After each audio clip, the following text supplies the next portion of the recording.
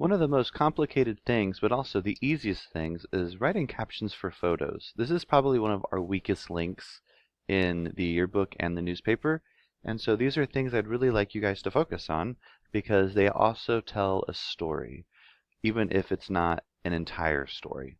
So, as you know, a caption goes with a photo, and there's actually a formula to follow.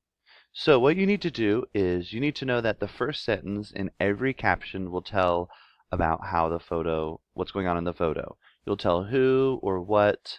You'll definitely tell the who or what, possibly the where and when. So it's one sentence there. Then you write a second sentence that tells the reader something they cannot see in the photo. A quote, it could be a quote from a kid in the photo or a quote just from a kid in that class that we don't see. It could be description about what the room looks like. It could be, more details about the classroom and what's going on in there. Use complete names and titles. That means you are introducing teachers as Mr., Miss, Mrs., Ms., their first name and last name with a comma, and then what they teach, and then a comma, and then going into what they're doing. For a student, it'll be their first and last name with a comma, then you spell out 6th, 7th, or 8th grade with a comma after that. Be sure to put the author of the photo after you write the caption. This is the byline, so it will say something like photo by Mr. Williams, and you don't put a period after it. So there's your byline. Now, go ahead and put these notes on page 47 in your VM. So if you need to pause the video and write these things down, that way you have them, go ahead and do that. And then once you've got those things written down, let's check out some examples. So I've pulled some old photos from Flickr that are in the commons, so they have no copyright. So these are some really funny old photos. So I just came up with names, I came up with facts. I used a little bit from the photo to come up with some stuff. But here you got your two people. They're selling coffee, Bliss Coffee. It looks like they're at a fairground. They're parked in the grass where, that's where you park in the fairgrounds. So this is what the caption would like. Barbara Tuttle and her husband Fred sit outside the Alabama State Fair getting coffee ready for their concession stand. There's your who, Barbara Tuttle and Fred. You've got the what, selling coffee, you got the where, sit outside getting coffee ready, and the what, getting coffee ready. So you have a who, a what, and a where, all in one sentence. The second sentence you can't tell, but it says Bliss Coffee donated 100 pounds of coffee. From this photo, you can't tell that that's what's happened. So that is the information you cannot see. So it's very simple. And then photo by Bob Smith.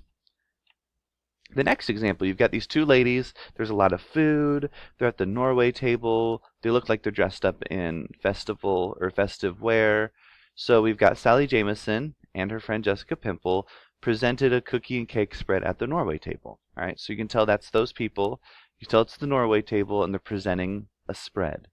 Then the second sentence you can't tell by looking at it is, they were a part of the International Food Festival at the Alabama Fairgrounds. You did not know this was the Alabama Fairgrounds until you actually wrote that in that second sentence. Photo by Bob Smith. Just two sentences. It gives the reader a chance to learn a little bit about what's happening in the photo and the event, and in itself that photo is its own story. Another example here, looks like we're at a fairground. If you look at that photo right there, you got one guy here, got a truck or a train. So we're going to say Jack Kendisty stood next to his yellow train car outside the Alabama State Fairgrounds. So you can see that's Jack. You can tell it's a yellow train car now. And then you can tell it's the fairgrounds, but you just didn't know where. It's the Alabama State Fairgrounds. And then information you didn't know was his job was to haul around the circus tent for the three-ring circus that happened Sunday night. See? Can't tell that by looking at the photo. So that is the extra information. So when you're taking photos, you're going to need to take a few notes. That way you can incorporate those into your captions. It's like writing a two-sentence story. It's less than a story, but more than a tweet. Now, what I'd like you to do is 2 practice captions on page 47 in your VM. You don't have to use all the notes to write the successful caption, but you do need to use a good who, what, maybe a where and when, and try to think of something in that second sentence that the reader can't see. And once you've done with those captions, I would like you to go ahead and check them with Mr. Williams, and he'll just make sure you've got the right idea.